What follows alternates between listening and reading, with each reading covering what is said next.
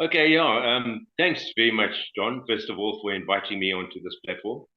I was very apprehensive at first, as you know, because I'm not very good at war stories, but I think it's a good opportunity to maybe cover a bit of history that possibly other people haven't.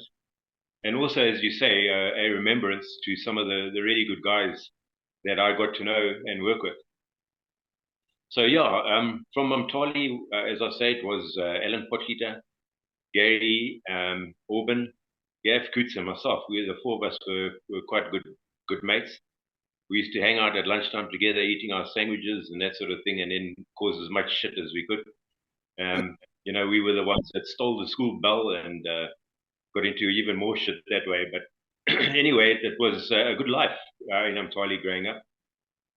And we all wanted to go into the army. The RLI came around to the school and gave a talk. I think it was in about July, August 77. And of course, the guys came in with their green berets and green and white stable belts. And we were suitably impressed with the movies that they showed of flying in helicopters and jumping out of Dakotas and all that kind of thing. And I think it perked all of our interest, and hence the three of us ending up in the RLI eventually. Gary Orban went to the Air Force. But I went in first because I wasn't really too keen on school. And as soon as I completed O levels, I had to get my dad to write what they call a walking letter to sign up before the age of 18. Because when I signed up, which was just after the guys coming in and showing us everything about RLI, I was still 16. I went up to Salisbury in December 1977. By myself, and I met up with a guy called Gary Banks. It was just the two of us at that stage. We were too early for an intake. So the camouflage Land Rover came and picked us up at the offices in Salisbury. And Gary and I went in, and we had to wait for, it was just after a month, until 163 started in January 1978. And then just after that, and I'm not sure exactly when, but Michael Moore followed. He's also from Mtwali, was a friend of ours, but I didn't actually know Mike very well. His dad owned a butchery or a supermarket or both in Mtwali. And then he came up, he came up in 78 to join the RLI. And he was also in support commando, but he wasn't in recce troop. I think he was in mortars or anti-tank or assault pioneers, the other three troops. And anyway, he was killed in operations as well, I think in 78 or early 79. Then, Gary Banks and I became very good friends because we met up in the first place in the Johannesburg offices of the RLI, and we just stuck together after that. Okay, yeah, well, after passing out of training troop and getting into recce troop, Gary and I, but we were posted up at in the Zambezi Valley on the shores, the banks of the river. And Gary went out, we did recce's because that's what we did. And he contracted malaria. And then by the time the Casvac got him to Salisbury Hospital, it was too late. The malaria had become cerebral and he passed away. So, yeah, that was quite sad. He died during an operation, but not operationally, if you know what I mean. Yeah. And then was young Ken Myberg. There's probably a whole lot of other guys that I've missed out that did were killed in operations during that time. We weren't in the army for that long because 163 started at the beginning of 78, and as you know, at the end of 79, the whole thing folded. So we were only really operational for about 2 years. But there was a whole lot of other guys that I think deserve mentioning if they haven't been mentioned before, because I'm talking about the guys on the ground level. I really enjoyed Major Henson's 3 episode story. He spoke a lot of sense, and it was nice to hear his point of view sitting in the K car, because we didn't know what was going on in the K car. We just heard the 20 mil cannon going off every now and then, and they did a fantastic job, but we didn't really know what he did and what he saw.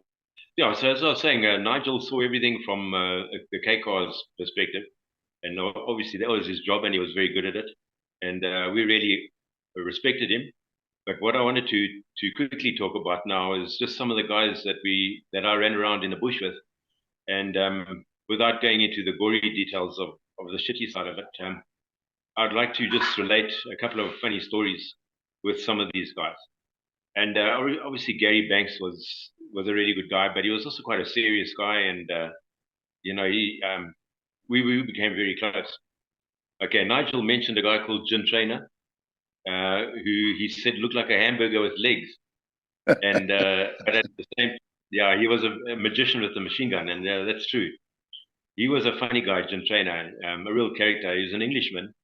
I'm sure he's back in England now if he's still around, and yeah, his nickname was Mad Dog. And yeah, Alan knows him very well as well. I introduced him to Alan, and we had a few funny times, a bunch of us together. But anyway, Jim Trainer was a character. Then there was a guy called, I don't know if you know, what year did you leave the Commando, 3 Commando? 1975. So you wouldn't have known Brian Boshoff, I don't think. The name sounds familiar, but no, not that I recall, no. Yeah, he was 3 Commando, but I think he only joined in about 76 or even 77. Okay. Anyway, he was also from Umtali. Then there was a guy called Jed O'Brien. He was an Englishman, a real character. He was, I don't know, I can't remember, a third Dan or a fourth Dan karate. A very fit guy. We used to go, as you probably know, for runs from the camp, from RLI barracks to the airport and back. Yeah, and Jen would finish 6 or 7 cigarettes and still be in the front of the pack, all the way there and all the way back. Yeah, he was a. Then his mother died, and his father died, and his mother was really grieving, and she started suffering mentally, and he wanted to go back home, but he had signed a 3-year contract. He was a mercenary, and the army didn't allow him to go, so he went AWOL. And he got as far as the Zambezi River and couldn't swim, and I don't think he fancied the idea of the flat dogs, so he turned back and handed himself in. But he was a real character, I often took him down to Umtali on R&R. My folks really enjoyed him because he was such a character. So I just wanted to mention him. I don't know what happened to him. I think he survived until the end of the war, but I don't know what happened to him after that. I think he went back to the UK. Sorry, did you have anything to do with Russell Phillips? Yeah, Russ Phillips. He wasn't in Recce Troop. I think he was mortars or anti-tank. I can't remember, but yeah, he was also a very good guy. Yeah? He got the medal. Silver fantastic Cross, guy. Yeah, Russ Phillips. But I didn't work with him. No, he wasn't. Okay, yeah, I think it was a whole cave thing, and obviously all you guys were paratrained, eh? All of you guys, eh? Yeah. How was your paratrained? How was your para course? What was that like? No, the para course was good. I mean, we had a lot of fun. We had one guy, and I forget his name. He was a Rhodesian boxer, and a real character. And when you do you jump off the platform with in a harness in the hangar, and there's a corporal on the ground shouting instructions to you, And he said to this guy, I forget his name, he said, "You're coming into water, what are you going to do?" And the guy said, "Fill up my water bottles, Corporal." That's a good one. So we had a good training, and but from after that, we all had the expectations of this wonderful life of jumping out of airplanes at 1,000 foot or something like that, which was never ever the case. We always used to drop around about 400 foot, I think was the minimum. And from 400 foot, as you know, your chute doesn't deploy properly, or you're still trying to kick out of twisted rigging lines and all that sort of stuff. But anyway, there was another guy. He was a Red Indian directly from America. His name was Bob Kidgick. We used to call him Big Bad Bob because he was a huge bugger, And he never said much, but he was a real character. And I think you might have to edit this part. But one of the funny stories that I remember about him, we were doing a recce. We were located the goose in a village, and we went into the village. We surrounded the village very early in the morning. It was still dark. And as it was getting light, there was a shot fired by one of us in the surrounding the village. So of course, we were compromised, so we pulled back, met at an RV, and I think it was Dick Stent. I don't know if you've heard of Dick Stent. No. He's a guy worth looking at. He was the OC of Recce Troop for a while, and he would really be worth talking to and interviewing. Okay. I think he was a lieutenant. Hell of a good guy. I last saw him a couple of years ago in where I lived in Durban, just outside Durban, Hillcrest, in the gym. And he was working then. This is about 5-6 years ago. He was working in America, still doing the same sort of thing, contracting, private security, etc. But a really good guy. Anyway, he was in charge of the operation at the time, so he gets us all together, and he said, "Who fired that shot?" And our big bad Bob said, "It was me, sir." Okay, then we had an Irishman called Paddy Windrum. Now, he was a real character. I'm sure he's back in Ireland. He had a funny way of talking, as a lot of Irishmen do. He was, a tough Irishman. He was a real tough guy. And his mom died. His father was already deceased. And his friend, a guy called Ginger, said to him, "Don't worry, Paddy. I've signed us up in the RLI in Rhodesia." Now, Paddy hadn't even heard of Africa, let alone Rhodesia. So the next thing, they arrive at the airport, and a camouflage Land Rover picks them up, the two of them, bundles them off to the RLI. Now, Paddy had, like I say, had a funny way of talking. It sounded like doi. And eventually I was the only one that could understand him. I learned to understand him.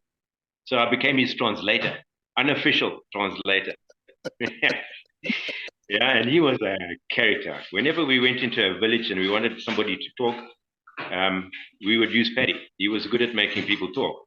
And if there was any water nearby, Paddy's favorite trick was Paddy would dunk them in the water and then beat them with his rubber truncheon until they ultimately talked. They eventually did talk. Okay, so if I could interject there, just talking about water. Most of the time I was in Fire Force RLI was the early days of Fire Force. So most of the time I spent was at the probably Jock Darwin and doing Fire Force ops. But on the odd occasion where we would go do OPs and patrols and everything, I remember the one time we were clandestine on top of a hill, and we were there. You have to walk in. It's quite difficult to avoid all the mujibas and everything to keep clandestine, But we were there long enough to run out of water. So I had to go down. The only place where we could get fresh water was right in the middle of the village. There was like a watering hole, and we'd run out of water like the day before. So none of us had water for about a whole day, and we were freaking thirsty. So anyway, that night I got everyone's canteens, and I was an MAG gunner, so I borrowed some guy's FNs because I didn't want to lug the water bottles and the MAG. So I snuck down into the village in the middle of the night on my own. It was pitch dark. There was no moon. And I filled up my water bottle, and the first thing I did was I thought I'm going to drink as much as I can now, because anyway I chugged almost a whole water bottle of water, and then filled my water bottle up again, filled everyone else's water bottles up again, and then climbed back up to the gomo. And the next morning, sun comes up, and I'm going to make myself coffee, and I poured out this water. And it was like full of tadpoles and mosquito larvae and like cow shit and everything. It was like soup, Okay, a couple of other guys that I thought I would mention was a guy called Heinz Klooser. Now, he was a South African. I think he was a member of the Hells Angels in Joburg. And he had this big black, I think it was a Kawasaki 1300. And I don't know what happened, but he had a big problem in South Africa. So he fled to Zim or to Rhodesia to join the RLI. I think it was his escape route. But he was a big guy. I mean, a really big guy, And I remember he had the scar on his head from his eyebrow up to his hairline. And you could always tell when he got angry, because this thing rose. It went red like a temperature gauge. It went red and red and red until it hit his headline. And once it hit his headline, everybody scattered. And we were playing baseball. back at camp, back at RLI, intertroop, uh, and uh, and Heinz was batting, and he kept missing the ball, and he got frustrated, and we watched that scar going red from his eyebrow up to his hairline. And once it hit the hairline, most of the oaks that were sitting around watching gapped it behind the benches or into the trees. Remember that those fir trees that we used to run through to train? That's where we used to gap it into. But there was one guy, and Ali was such a good guy. I'll remember his name. He was a strong bugger. He wasn't very big, tall. He was around just under 6 foot, I would say. Ronnie Pink or something like that. But he was an avid rugby player, also played first team. I think he was in one of the Salisbury schools. And he thought, no, stuff it. He's not going to run away from this Heinz Grisser. So Heinz saw him and grabbed his bat and he went towards him, heading towards him very quickly. And Ronnie just looked at him and said, I'm not going anywhere. You can Bing, that was his name, Ronnie Bing. Also might be well worth looking up, Ronnie Bing. Yeah. Yeah, so anyway, then there was, last year I'd just like to mention another guy. We also became very good friends. His name was Chris Besson. I think he was a farmer. His dad was a farmer, grew up on a farm. Chris was also a big guy and a really strong guy. He was about, I don't know, just over 6 foot, had a big black moustache, like a log insulin. Yeah. And he was fearless. He also carried gun often. But anyway, I remember on the one occasion we went in. I did as many courses as I could in the army because I wanted to become a better soldier. So I did every course that was available. And one of the courses was a troop medic. And as a result, I often, carried medics pack and would help guys out if I could. And one of the medicines that I used to carry, a painkiller called Propon, I don't know if you heard of it. Yeah. It was, a red and yellow capsule. But the problem with Propon was I think it was loaded with codeine and it had a similar effect to cocaine. It really wired you up. So I always used to carry quite a lot of Propon because it was a very handy medicine when guys were injured and that sort of thing. And we used to carry the Sausagon on our necks, but you only had one injection, so you spared it. Anyway, Chris came up to me just before we went into this one op. I think it was in Mozambique, and he said to me, "Kevin, please, Ugly." My nickname was Ugly in the army because my surname wasn't very easy to pronounce, and the G is silent, so it was shortened to Ugly. So he came up to me and he said, "Please, Ugly, help me out. I need some Propon for this op." I gave him a bunch of Propon, and we were dropped into this op. And I looked at him. He was a few people down. It was a sweep line, a few people down from me on the sweep line, and we started getting fire coming into fire, and we couldn't see the. So we were hidden behind trees and rocks and all the rest of it. We couldn't see them, but we were taking flak.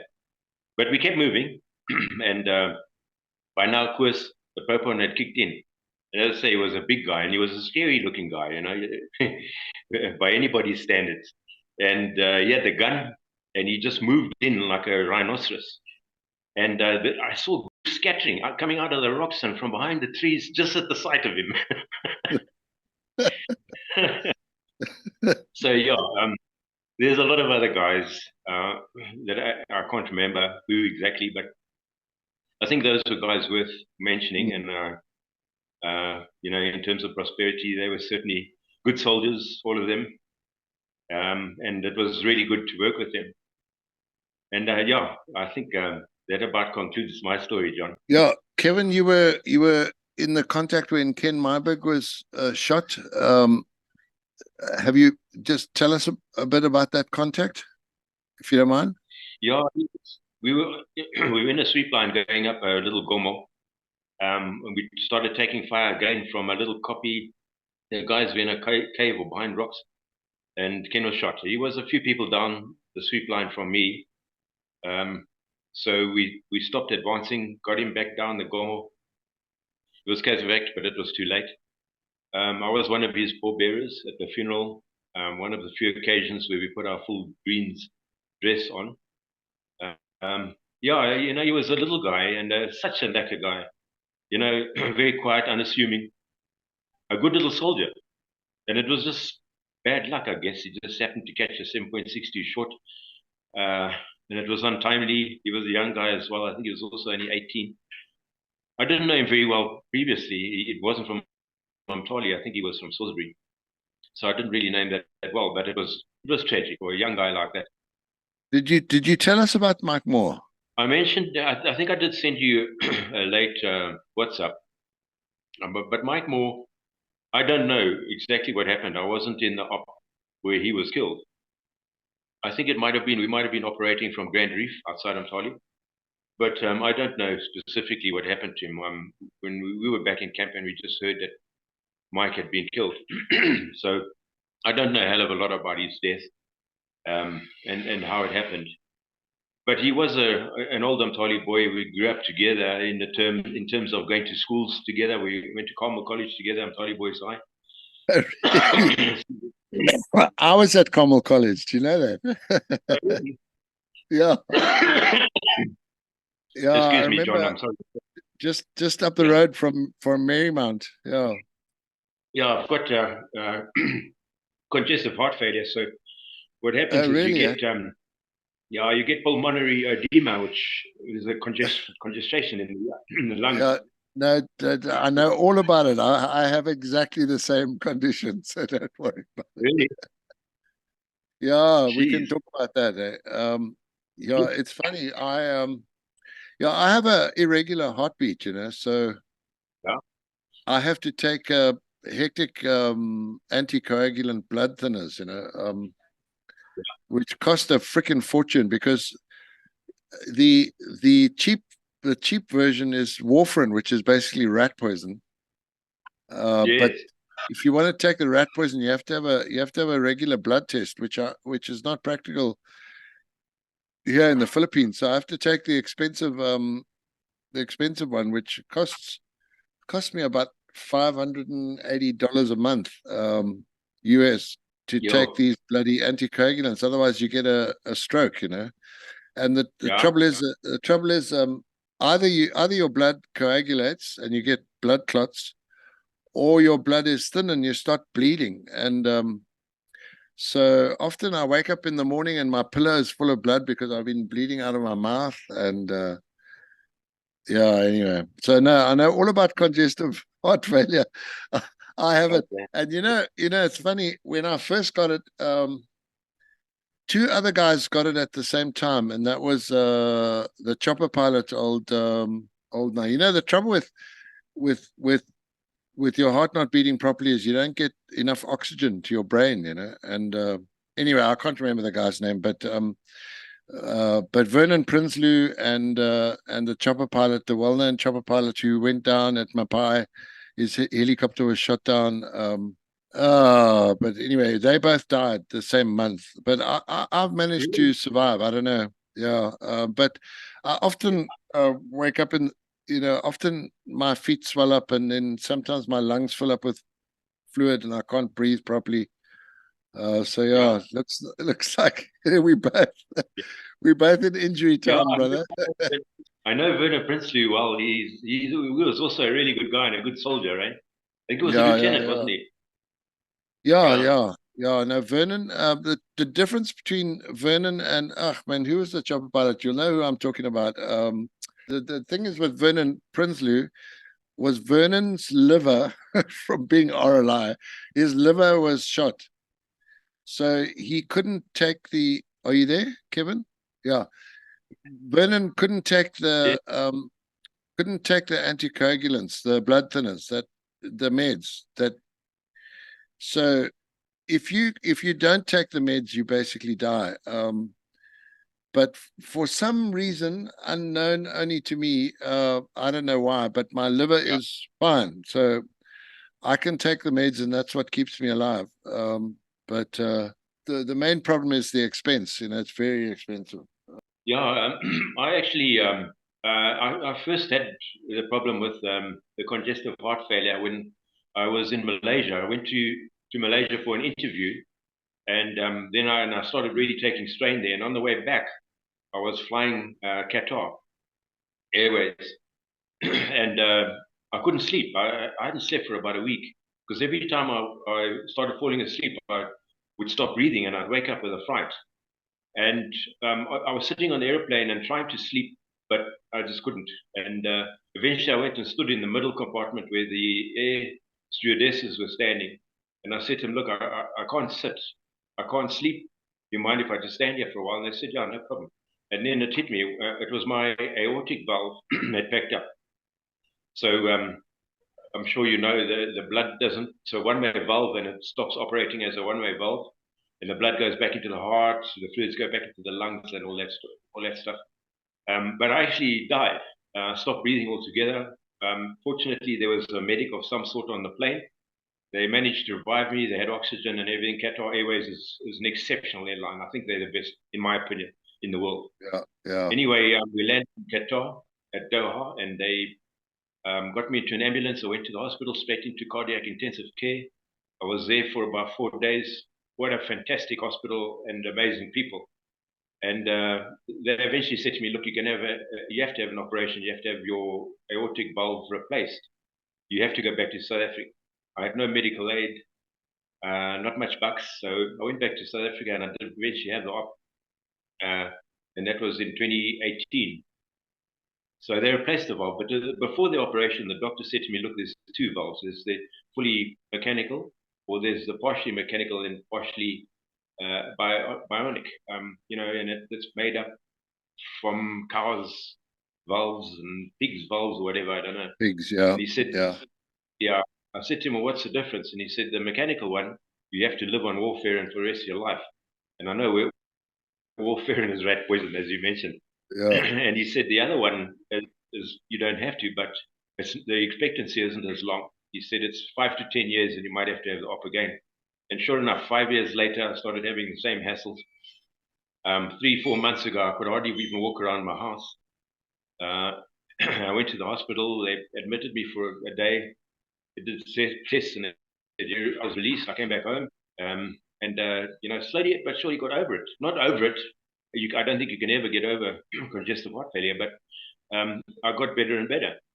I went back to the hospital about 2 weeks ago for another series of checks, and the doctor said to me, it's quite incredible. The valve that wasn't operating properly is now operating again, not at 100%, but it's operating a whole lot better. So my congestive heart failure, the congestion, the edema, as you said, swelling feet and all that sort of thing, it's not so bad anymore.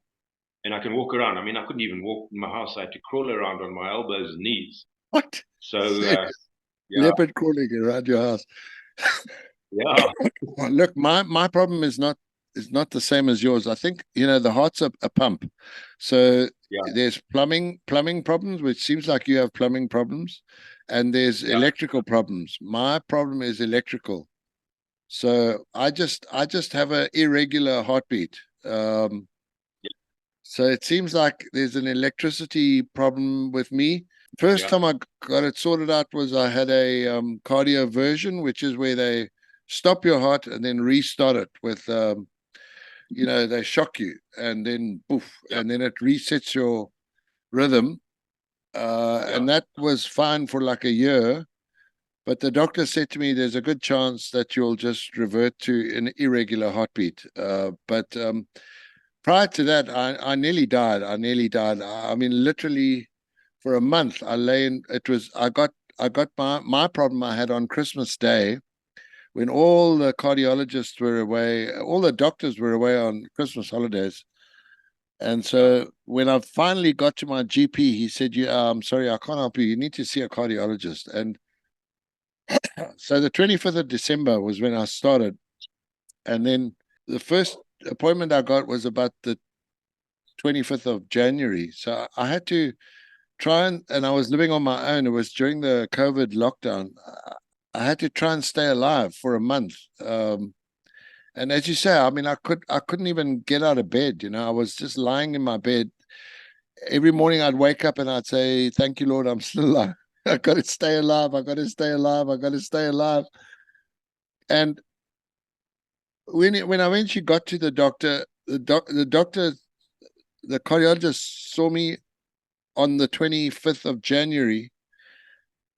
And he later admitted to me, he said he didn't think I'd lost till the end of January. He thought this guy's, he thought I was going to die. Yeah.